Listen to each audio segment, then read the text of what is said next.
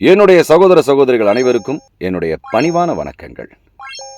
இன்னைக்கு நம்ம இந்த வீடியோவில் என்ன பார்க்க போறோம்னா, உங்களை நீங்களே நேசியுங்கள், உங்களை நீங்களே மதியுங்கள், அதன் பிறகு உங்கள் வளர்ச்சியை பார்த்து நீங்களே ஆச்சரியப்படுவீர்கள்.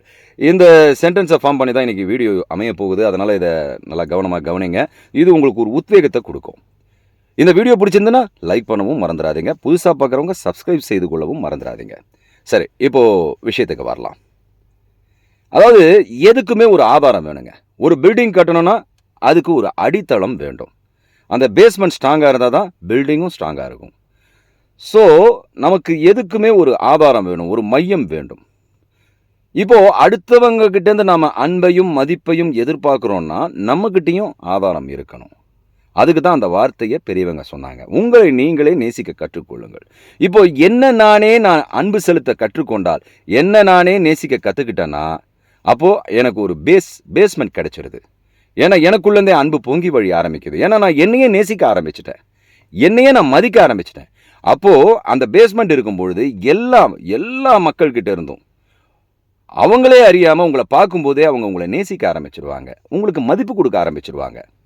இப்போது நம்ம வாழ்க்கையில் ஒரு சின்ன பிரச்சனை என்னென்னா, ஒரு வெள்ளை பேப்பர் இருக்குதுன்னு வச்சுக்கோங்களேன், அதில் ஒரு கருப்பு புள்ளி இருந்ததுன்னு வச்சுக்கோங்க.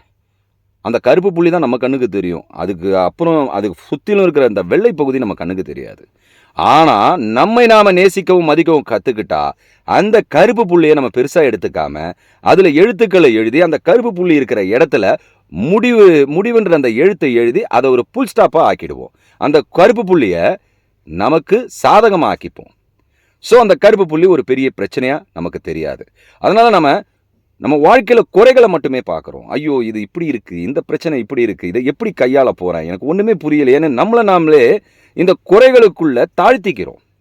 நம்ம தாழ்த்திக்கும் பொழுது நமக்கு அந்த குறைகள் பூதாகரமாக தெரிஞ்சு மேலும் மேலும் அதில் நாம் தவறி அந்த குறைகள் பெரிய தவறாக உருவாகி நம்மளை வருத்தத்துக்கு ஆளாக்குது.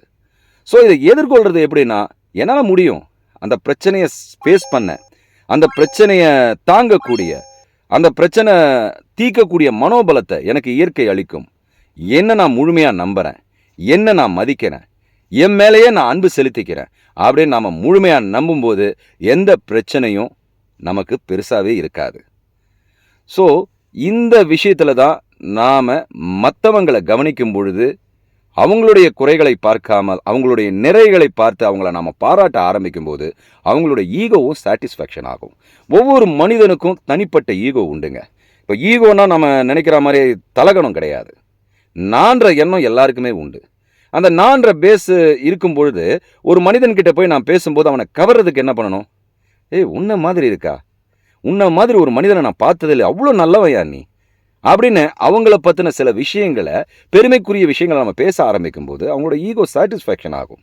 அப்போ என்ன நடக்கும்? அவங்களே அறியாமல் உங்கள் பேரில் அவங்க அன்பு செலுத்த ஆரம்பிப்பாங்க.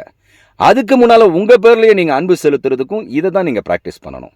என்ன மாதிரி யாருமே கிடையாது, யாருன்னு கம்பேரிசன் பண்ணிக்காமல் கூட நம்ம அதை சொல்லிக்கலாம். என்ன மாதிரி நிச்சயமாக இருக்க முடியாது.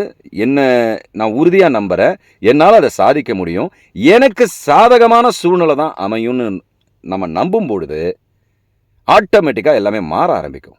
அந்த மாறுதலை பார்த்து நம்ம ஆச்சரியப்படுவோம். உன்னுடைய எண்ணமே உன் வாழ்க்கையாக அமையுதுன்னு பகவத்கீதையில் கண்ணன் அர்ஜுனனுக்கு போதிப்பான். ஸோ உன் எண்ணம் வாழ்க்கையாக மாறுதுன்னா என்ன அர்த்தம்? ஆனால் அதில் வேறு ஆன்மீக தத்துவங்களாக இருக்கும். அதே நம்ம வாழ்க்கைக்காக நம்ம மாற்றிக்கலாம். உன் எண்ணமே நம் வாழ்க்கையாக மாறும்னு எடுத்துக்கொள்ளப்படும் போது நாம் எண்ணுகிற எண்ணங்கள் பாசிட்டிவ் ஆகும்போது, நல்ல விஷயங்கள் ஆகும்போது நமக்கு சாதகமான சூழ்நிலை நமக்கு அமைய ஆரம்பிக்கும். நமக்கு வெற்றி மேலே வெற்றி கிடைக்க ஆரம்பிக்கும். நாம் எந்த சமயத்திலையும் குறைகளை பார்க்காம நிறைகளை மட்டுமே பார்க்க கற்றுக்கொண்டால், நம்மக்கிட்ட இருக்கிறது, அடுத்தவங்களை கூட நான் சொல்லலை, நம்மக்கிட்ட இருக்கிற குறைகளை நம்ம பார்க்காம நம்மக்கிட்ட இருக்கிற நிறைவான விஷயங்களை நம்ம பார்க்க கற்றுக்கிட்டோன்னா அதுக்கப்புறம் நம்ம வாழ்க்கையில் எல்லாமே வெற்றி தான். ட்ரை பண்ணி பார்ப்போம். முயற்சி பண்ணுறது தாங்க நம்மளுடைய வாழ்க்கையோட ஒரு ஊன்றுகோல். இந்த முயற்சின்ற ஊன்றுகோலை வச்சு இந்த வாழ்க்கைன்ற சிகரத்து மேலே வெற்றிகரமாக ஏறி கொடியை நாட்டுவோம். நன்றி, வணக்கம்.